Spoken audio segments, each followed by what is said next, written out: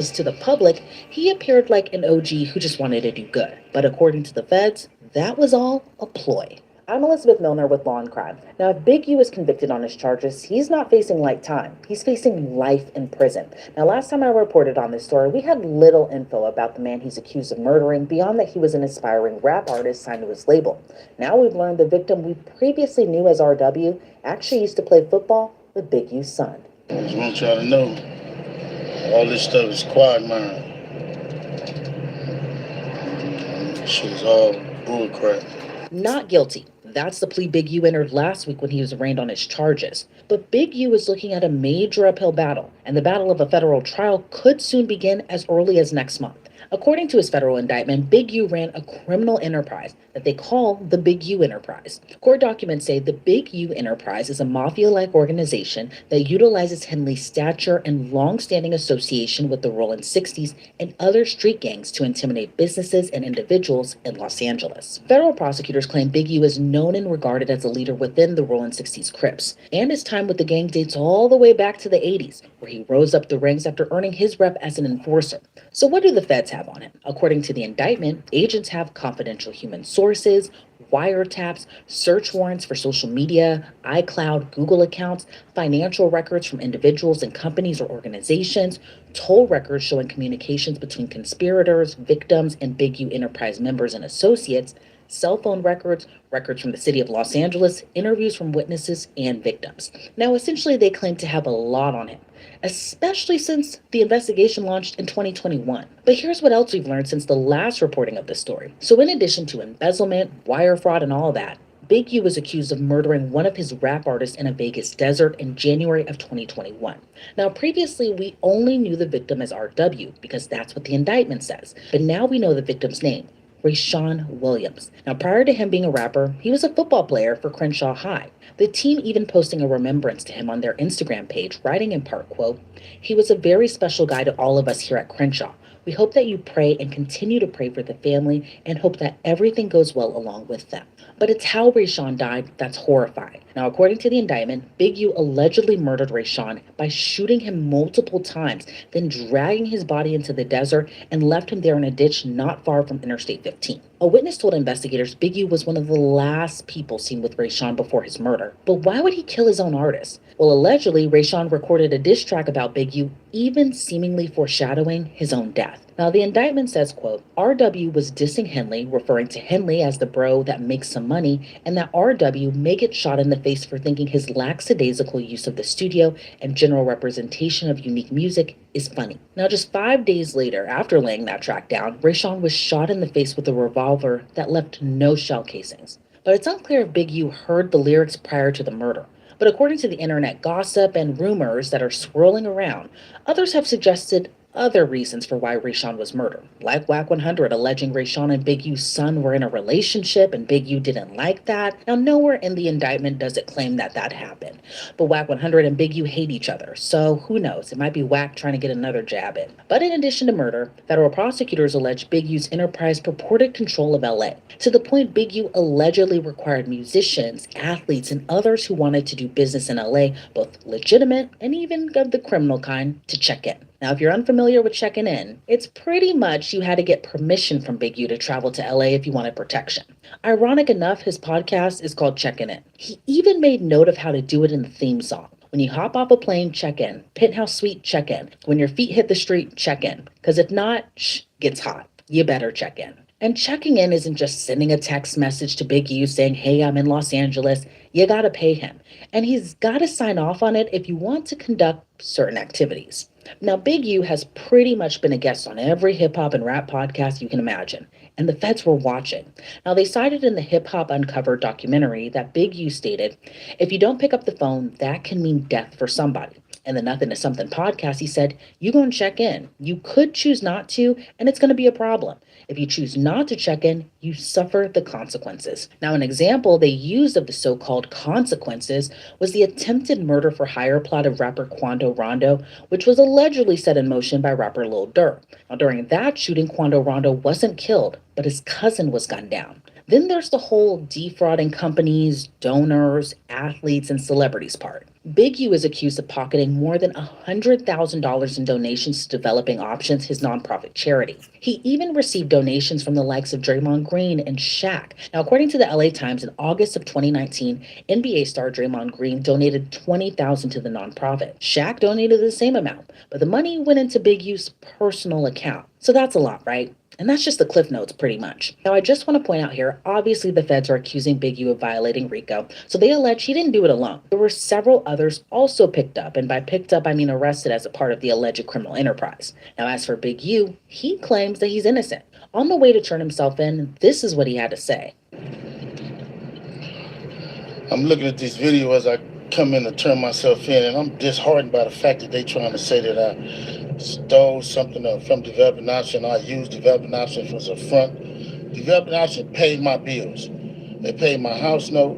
They paid the bills for my family, the money I made as an employee for Developing Option. I never mixed that with nothing. I didn't manipulate nobody. I didn't steal nothing. We did PPP loans. We did 2 loans. And that's it, just like everybody else did. I didn't use no fraud. I didn't get none of fake names. And one of them we was paying back and one they forgave. You know what I mean? And the other one we attempted for and they didn't give us nothing for it. I filed my taxes and them coming around telling me I was using Developing Option as a cover. Cover for what? None of that's going to be true. None of that's going to be true. The government putting this big picture, they going to arrest 21 dudes. Some dudes I don't even talk to. I don't even know nothing about. So how the hell you going to lump me in with all them? But it's all the big picture, though. It's all the big picture. Now I'm going to be sitting in here. It's going to be years on my life. Then you going to get dudes who I don't even talk to. What they going to say? You ruining people's lives. I heard it's over 21 people that's been arrested. It's wrong. It is what it is. Just pray for me. Pray for me, pray for my family. And look at what we did. You look at what I did. I've been home 21 years. It ain't over though. That's what it's not. Blessings. I'm looking at all these charges on the news. I'm headed back to LA.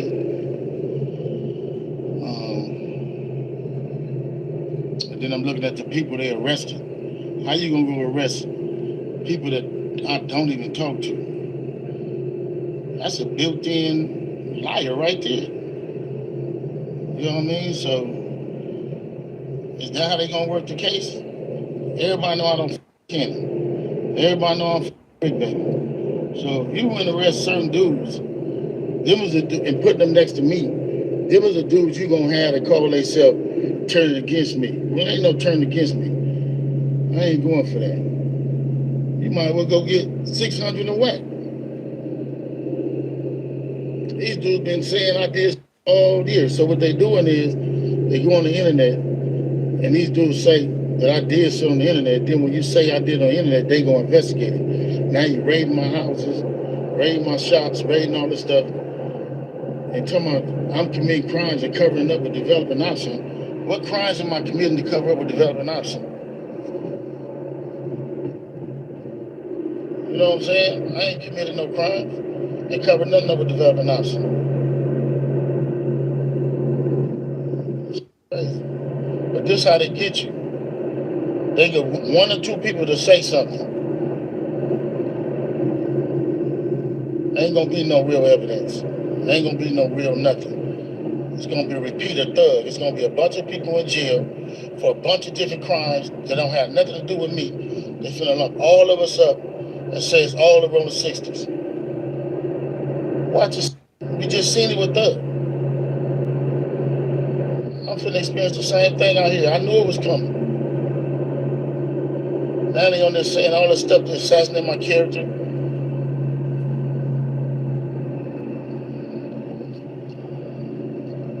All right, man, just pray for me. And again, they can do any one of us. It ain't nobody safe with these dudes. If these dudes feel they want you, how they going around talking about somebody's gonna raid my house before my house get raided? How they there with the police. And y'all sitting there following them. Everybody that's a part of them shows, and 100 shows, and all them shows, and y'all need to, everybody who following them, promoting them, anything. Y'all wrong. Y'all ain't black. And y'all show ain't for our people. They can put charges against anybody. So this is gonna probably be my last video. I'm gonna go turn myself in to see what's going on. They talking about I'm a fugitive. So they just raided all my houses. 600 was actually with the police when they raided my house. And he's actually got video and footage of it. So y'all know what y'all dealing with. And I just want to say this to y'all. When they raided my houses and my property, they was asking about whack. Whack, loose cannon, 600, and this internet stuff. All of y'all filed. All y'all who be sending shit around the internet, all y'all who be promoting and listening to what these niggas saying, all y'all giving these likes and hidden likes, all y'all supporting this. All y'all guilty of this. If you had something against a black man, you should handle it with a black man in the streets. Wack said 100 times he was gonna take my contracts. He working with the FBI. The FBI went to the city 3 days in a row and told the city they didn't want nobody to give me no more money. They went to all the different celebrities and told all the different celebrities, don't give me no money, don't help me, don't do nothing for me. They going around scaring and intimidating everybody. But y'all sitting it around getting people in trouble. Like y'all don't understand what the FBI do to black men who try to help their community. I ain't been nothing but a help to our community. But I guess it is what it is. This the price of being black and trying to help somebody, trying to help your community and do what you can. You're just guilty because somebody else don't like you and they go on the internet and do what they want to and y'all gonna promote it. It's crazy. But I'm going to go turn myself in though. Because I ain't did nothing. This fact is, man, they done went to my house, kicked my houses in, bust my doors down, bust my windows. They calling my son at his football practice, threatening him. You know what I mean? These dudes tagging him. What kind of shit is this? But y'all gonna be rolling with these dudes. And I got this last thing to say. Wack said he was gonna destroy developing option, right? So who gonna replace developing option? Which one of you 60s gonna call yourself coming in? Because whoever try to come in, y'all the ones that's working with Wack. Believe that. So remove me to get me out the way for somebody else to come in who gonna cooperate. That's what the play is. That's what the whole play is. I'm out. I'm gonna send y'all videos to put up all of them until they lock me up. And we'll see how this plays out, as new reports suggest he could face trial as early as next month. Let's bring on trial attorney Adante Pointer to get his take on what Big U's trial could look like. Adante, thank you so much for joining me today. Now, before we get into the trial aspect of everything, what's actually your reaction to Big U's 107-page indictment? In it, there's so many allegations like violation of RICO Act, allegations of embezzling, allegations of murder, and that federal authorities actually date back some of these alleged crimes as early as 2021.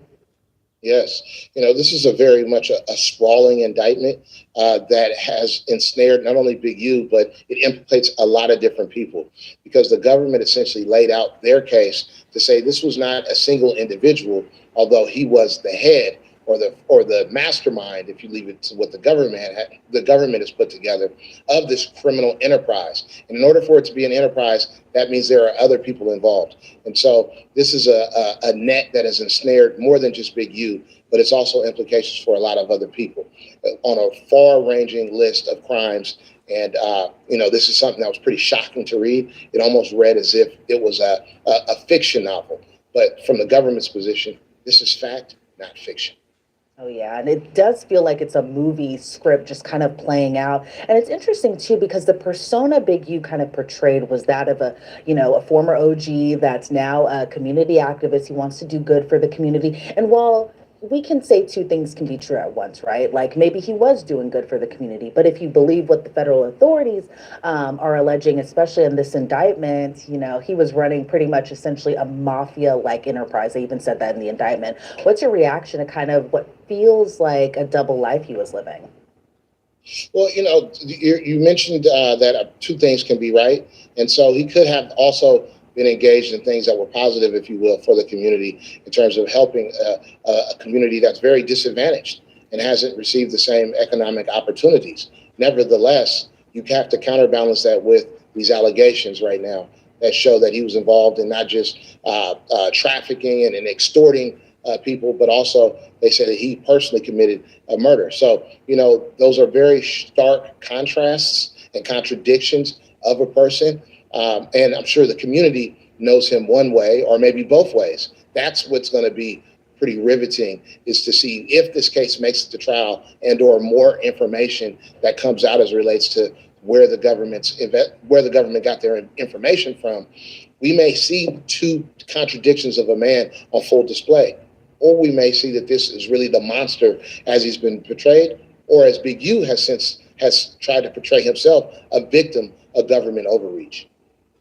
And what are your thoughts on Big U kind of declaring his innocence? Now, before he had turned himself into federal authorities, initially people thought he was going to make a run for it, but he turned himself in. We know that, and he's been in custody for weeks at this point. But in terms of just what federal authorities have on him, but Big U's kind of declaring that, to your point, this is overreach. What's your reaction to that?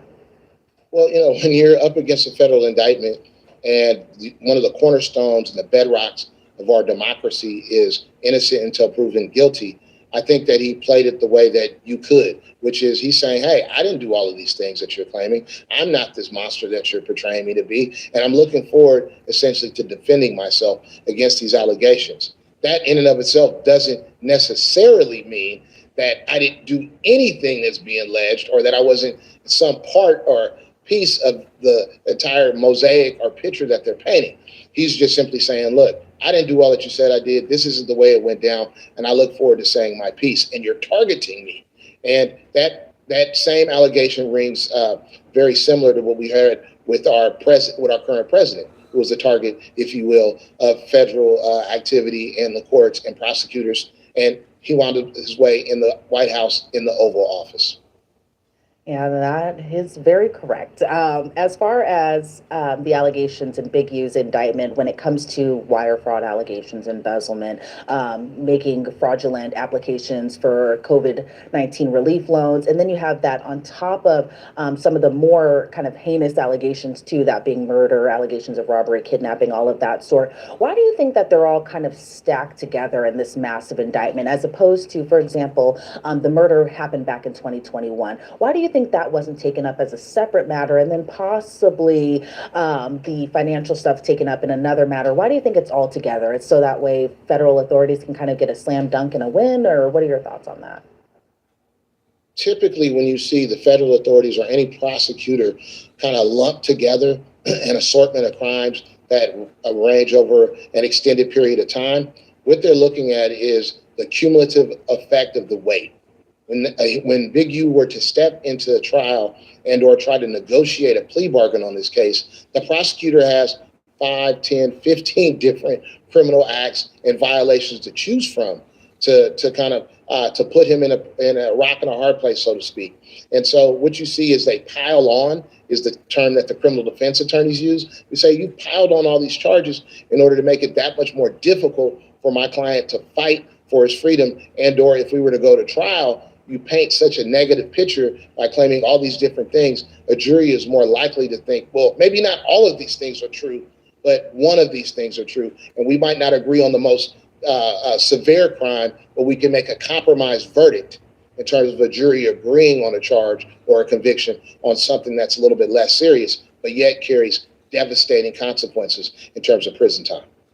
Yeah, because he's facing life in prison, and not even just life in prison, a statutory max sentence of life in prison. What are your thoughts on whether or not this could be a possibility for him, especially given that, he had previously served time for a completely different separate matter, but in terms of just the punishment that he's facing, it is a lot of time, but what are your thoughts on it? Yeah. Uh, Federal charges and convictions come with heavy penalties. That's why the weight of the federal government, when it's leaning on you as the criminal defendant, or if you're the criminal defense attorney, is punishing. Because especially for people who have prior convictions, you have the risk of being declared a career criminal, which in and of itself invokes a mandatory minimum of decades of time. And that's how the federal system works. It's a point system as it relates for how a punishment could be meted out. So when he has all these different variety of crimes, you add that to his prior convictions, and you're looking at a staggering amount of time as it relates to prison exposure. And that's why many people plead, because you're up against a very difficult decision. Do I risk what might be hundreds of years in prison, or do I take 10, 15, 20 years, which is still an amazing amount of time, but you still have an opportunity to come home and restart your life versus 300 years, which is essentially a death sentence.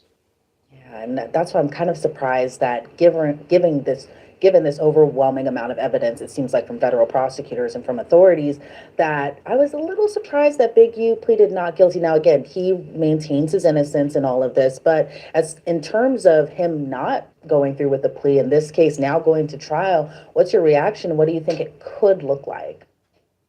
Well, he's going to have amount of time to review the federal government's evidence against him and try to challenge it, and then mount his own defense. At some point in time, as you mentioned, he will have to make the decision. Am I going to try to make a deal or accept an offer, or will I have to go to trial? Those are going to be heavy concerns and considerations for him to think through, because as we discussed, he's looking at an inordinate amount of time, and the federal government will give you that time. There's no question. So this will be a very difficult decision. And I think primarily it'll weigh upon the witnesses coming to court and cooperating. But that's actually a very common tactic of the federal government. Is when you're facing a federal prosecution, oftentimes they already have the witnesses against you in the bag, so to speak, and they're cooperating, and they have sentences, and they have statements and interviews and recorded evidence. So oftentimes when you see a federal indictment, the federal government has already done the research. They've already done their homework. But that doesn't mean people do not beat these charges. That certainly can happen. So it's to be determined, as they say. And as far as the murder allegation, he's accused of murdering a rapper that was signed to his label. And the feds pretty much allege that he did this because this rapper, who we now know to be Rashawn Williams, recorded a diss track about Big U. Now, it's unclear whether or not Big U actually heard these lyrics prior to the shooting. But in terms of just the murder allegation. What are your thoughts on this, especially given kind of the close nature that Big U allegedly had with the victim? Once again, to read that allegation and to hear that he murdered a rapper that worked for him, that was on his recording label, that he actually was supposed to be looking out for and kind of shepherding through the entertainment industry, shot him allegedly in the face and left him for dead on the side of a highway, all because this rapper made a diss track or disrespected him in a song. Those are very shocking allegations and, heinous if proved true. And, it's something that you'd hate to hear happen to anyone. But over something as petty as a diss track is something that's just unimaginable to think about, the depravity of a person to do such a thing. So it's definitely a jaw-dropping headline. The question is it true? And what is the evidence to back it up? And so that remains to be seen. Yeah, and in terms of even just that, you also have this kind of other aspect to the entire case, and that's Big U's kind of way of raining this power down on LA, and that's in the form of checking in. Something that really federal authorities kind of laid out how Big U kind of operates that in terms of just even having professional athletes, musicians, other people who wanted to come down to LA pretty much make a form of payment to make sure that they were protected essentially by Big U, so that way consequences wouldn't happen. And the feds even kind of point out what the consequences are, that being the shooting or the attempted murder of rapper Quando Rondo, and that kind of has to deal with the Lil Durk case. But in terms of just the whole checking in aspect to this case, and just even the power that Big U exuded, because they got the whole check-in thing, and I could just kind of ramble on about this, but they got the whole check-in thing because Big U always talked about it on podcasts and documentaries. He was very vocal, and it seems like the feds were watching this entire time. But in terms of just one, the evidence that the federal authorities have as far as the podcasts, the documentaries that he had done, but in addition to Big U saying these kind of words out of his own mouth, how bad does that look for the defense come trial? Well, when you are facing criminal charges and some of the key items or pieces of evidence are words you yourself have uttered out of your mouth, they're very hard to walk back. They're very hard to dodge the implications of those. And so many of these rappers and people in the entertainment industry have gotten very fond of getting on social media and on podcasts and telling stories or recording themselves in the midst of whatever they're doing, essentially admitting to what they're doing and describing what they're doing, which to me is essentially saying, hey, raising your hand and saying, hey, I'm ready to go to jail or I'm ready to go to prison. Take me in. And so, unfortunately, for Big U, they're citing a lot of these different interviews or internet posts where he's talking about checking in. I do note that, and keep in mind, I imagine a part of his defense, I would think, is going to say, look, given where people want to film these videos or they want to come and do their marketing or their advertisements and shoot these videos, these are in dangerous parts of LA. And the police are not here protecting people. The police come after a crime takes place. Many people in these communities say the police come to pick up the shells or to pick up the bodies. They're not there before the shooting takes place or the protection before, the carnage happens. And so Big U's like, hey, I'm providing a service. These rappers, these entertainers want to come to these dangerous neighborhoods and take pictures and take videos. I'm actually there making sure that bad things don't happen. I'm providing order that the police are not providing. Now, that's very much like the Godfather Don Corleone-esque. So I don't know how it'll actually play in a courtroom, but I think many people in the community and in the industry understood it. Unless he was actively going after people saying, hey, if you didn't check in, now I have to come and rob you. And that is a part of the allegations in the federal indictment, is that it wasn't just he was providing protection in places and in ways that the police were unable to. It was that the allegation is that if he understood that a celebrity was coming to LA and they did not check in, did not pay the tax, if you will, for his protection, then he would actively send people after them in order to rob them, in order to further cement his reputation as the boss, if you will, in these neighborhoods. And it's interesting too, because, given street code, right? Not that I'm too familiar with it, but from my understanding of it, it just seems like there is just kind of this code of honor in a way. That is just kind of the way that the streets run. And even in terms of Big U talking about checking in, he says, even when he leaves LA, he makes it a point to check in if he's going to Chicago, if he's going to Atlanta. So it seems like there's kind of this, if you do this for me, I do this for you type of code of honor in a way for this in the streets. But in terms of just leaving the street life, because they sometimes when you're caught too in deep, it seems like there's no way of getting out, and then this type of thing happens. But in terms of just, the OG's not leaving the street life. We're in 2025 now. A lot of things have changed in terms of, people are more vocal on podcasts or more vocal on social media, just about things that they may not realize could be coming off very criminal, but they're still talking about it, not realizing that other people are watching. But in terms of just the street life bleeding into criminal activity that just keeps going and going and going, what are your thoughts about that overall? Yeah, he certainly has a past that's been discussed, had some convictions, known to be a power player or the boss within his circle and within his circle of influence there in Los Angeles. And yes, people do check in when they go into different parts of our country. Now, is it a check-in to say, hey, I'm here, look out for me, tell me the best restaurants, tell me the best places to hang out, tell me the places to avoid? That's a certain type of check-in. And those are the type of things that many of us might do if we're going to a place that we're not familiar with, and we have people who are familiar with that place in our circle. The problem that, people run into is when you provide those type of recommendations or services, A, for money, and B, under pain of being robbed or beaten or killed. Okay, that's called extortion. That's different than merely, checking a Yelp review. All right, and so that's what the federal government is talking about here. I do once again understand and appreciate the idea that these people often are high net worth individuals. They live a flashy lifestyle. They're going into areas where violence and crime definitely takes place. The police don't appear to be able to maintain that order, and there's something to be said about communities being organized in a way to where someone outside of the system who may not be able to, the system may, in areas that the system may not be able to reach, is able to maintain some sense of order and decorum about how things are going to take place in these communities. And so that may be the role Big U played.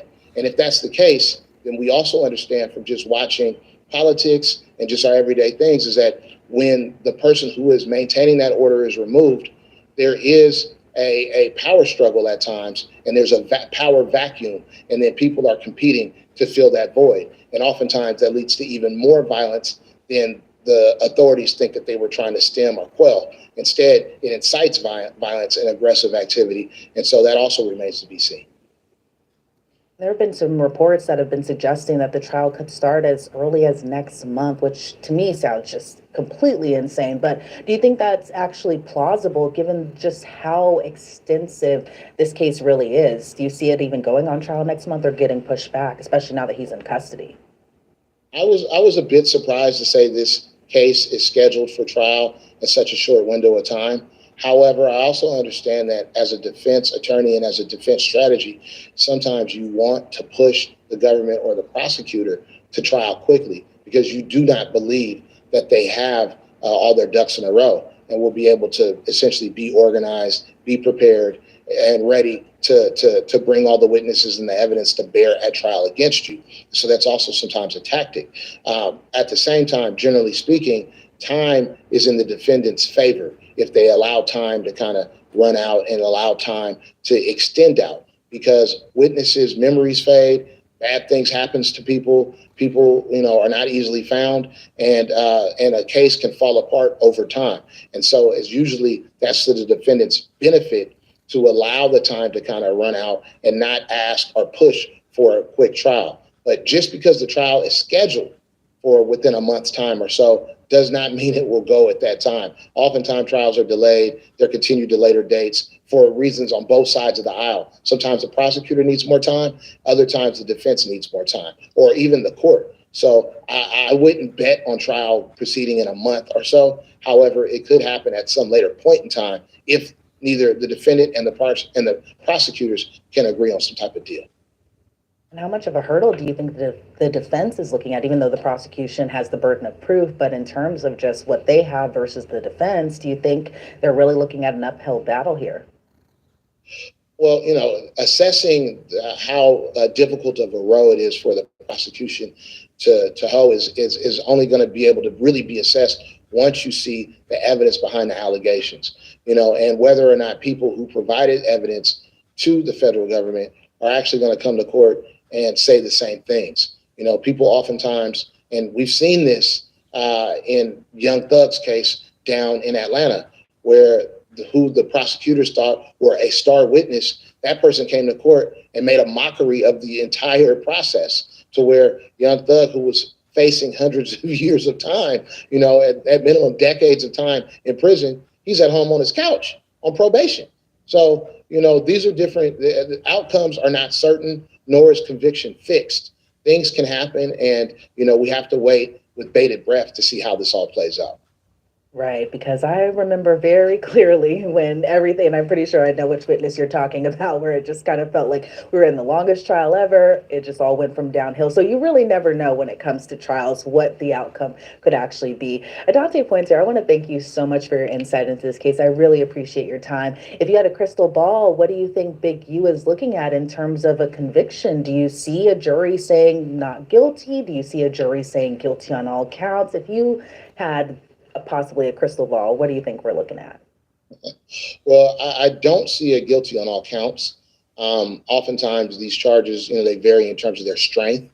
What I can see, though, is given how the federal government works and the system and the weight and the awe, if you will, of when you read that when you read the criminal complaint or the indictment and it says the United States government versus one individual, it really does mean that. So convictions are done at a very high rate in federal criminal cases. So I could see a conviction. The question that I can't kind of make out, and the answer that I can't make out of my crystal ball, is which conviction he will go down on. I guess it'll be a wait and see game to see how this all continues to unfold. Again, Adante Pointer, I want to thank you so much for your time today. I really appreciate your insight into this case. Thank you for having me. Love being here. Take care. Online records show Big U is still in federal custody at MDC Los Angeles. Reporting for Law and Crime, I'm Elizabeth Milner.